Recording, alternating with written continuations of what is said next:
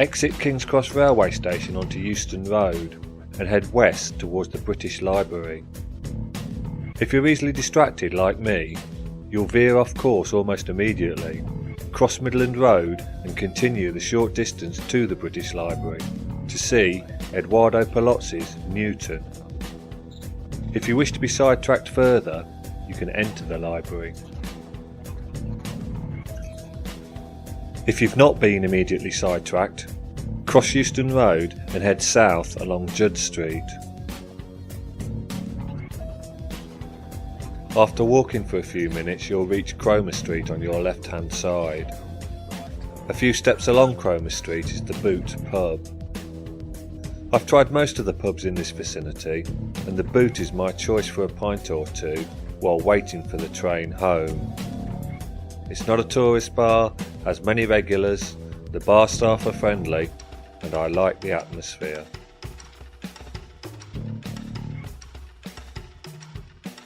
On crossing Tavistock Road, Judd Street becomes Hunter Street.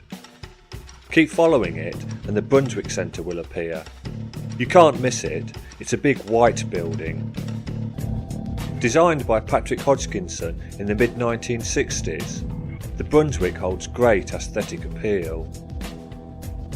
If you access the Brunswick Centre via the Odeon Cinema entrance on Hunter Street, you can walk through the shopping area and look above the shops to see the white painted balcony adorned flats, and on a sunny day feel as if you're in the Mediterranean. Granted, you need a jolly good imagination to gain this feeling. Opposite the Brunswick Centre is Brunswick Square Gardens, one of the quiet parks in town to sit for a while.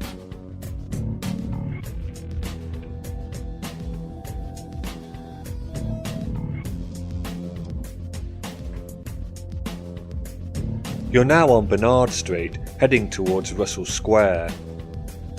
If you've watched any of the Tarquin Visits videos on erased culture, you'll know Tarquin's theory that Google Maps is in love with Russell Square, as whichever art gallery in London he attends, he's routed via it. It's probably a case of most galleries being south of King's Cross, but I too have noticed Russell Square features in many Google Maps directions. Just before Russell Square is Russell Square Tube Station, which was made a Grade 2 listed building, along with 15 others, in July 2011.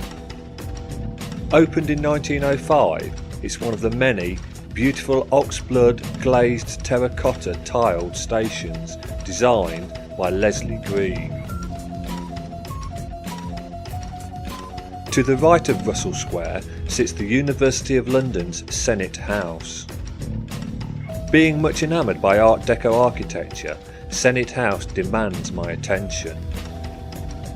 Designed by Charles Holden and built between 1932 and 1937, the 19-storey construction was used by the Ministry of Information during the Second World War and was said to be the inspiration for George Orwell's Ministry of Truth in his novel 1984. Like Leslie Green, Charles Holden also designed tube stations. And so, you've finally reached Tarquin's nemesis, the terrifying Russell Square. Actually, there's nothing frightening at all. It's just a nondescript garden with a sporadically working fountain that people cross to cut a corner.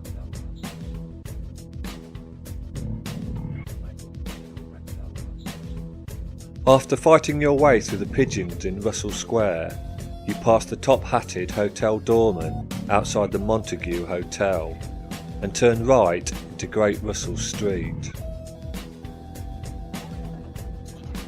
Great Russell Street is where things could go drastically awry for the easily distracted, as Great Russell Street holds the main entrance to the British Museum.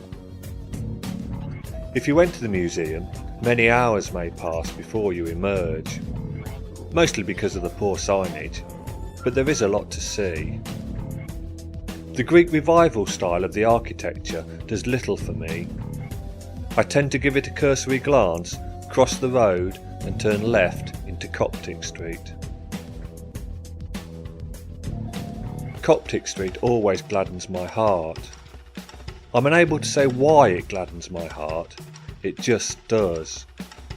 Sorry.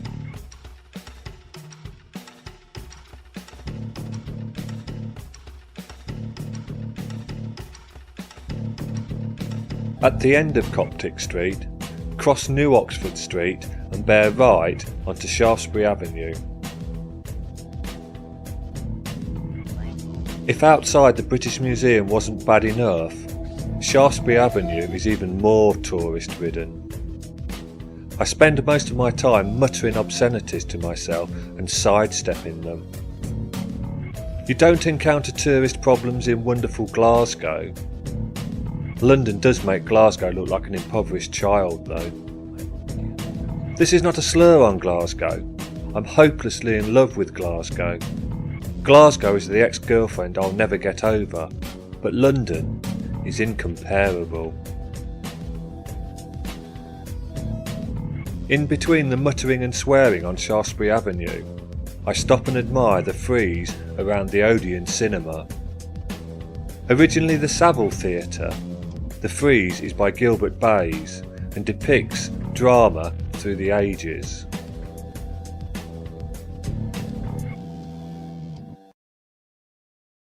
You're in Tourist Central as you turn left onto Charing Cross Road and head to Whitehall. On your way to Whitehall, you'll pass the National Portrait Gallery, whose content is as awful as the National Gallery. Come the revolution, the contents of these two galleries will be first in the furnace. The next place to quickly pass is Trafalgar Square. Being a conscientious correspondent, I stopped to photograph it for you. A big blue cock sits atop the fourth plinth. This is a representation of the Tory scum. Alright, it's a sculpture called Hand Cock by Katrina Frisch, but I think my explanation is better. The Palace of Westminster, Corruption Central. The largest collection of evil, venal, paedophile scum outside a Masonic meeting. You will be forgiven, by me anyway, if you accidentally administer any MP that you encounter the punch in the mouth they so richly deserve. Bar Dennis Skinner, whose hand you should shake. Whitehall turns into Abingdon Street, where you'll find Henry Moore's knife-edge two-piece on College Green, providing you another opportunity to dawdle. Don't dawdle too long, lest you encounter more politicians and their venality rubs off on you. Abington Street then becomes Millbank, and by the time you've reached Lambeth Bridge, the tourists have all but vanished. Unfortunately, they are replaced by the name tag on a string wearing government departmental employees who think they own the pavement. Also by Lambeth Bridge, you're probably lamenting those 2 pints in the boot earlier. Still, not far now. Keep walking for a few minutes more.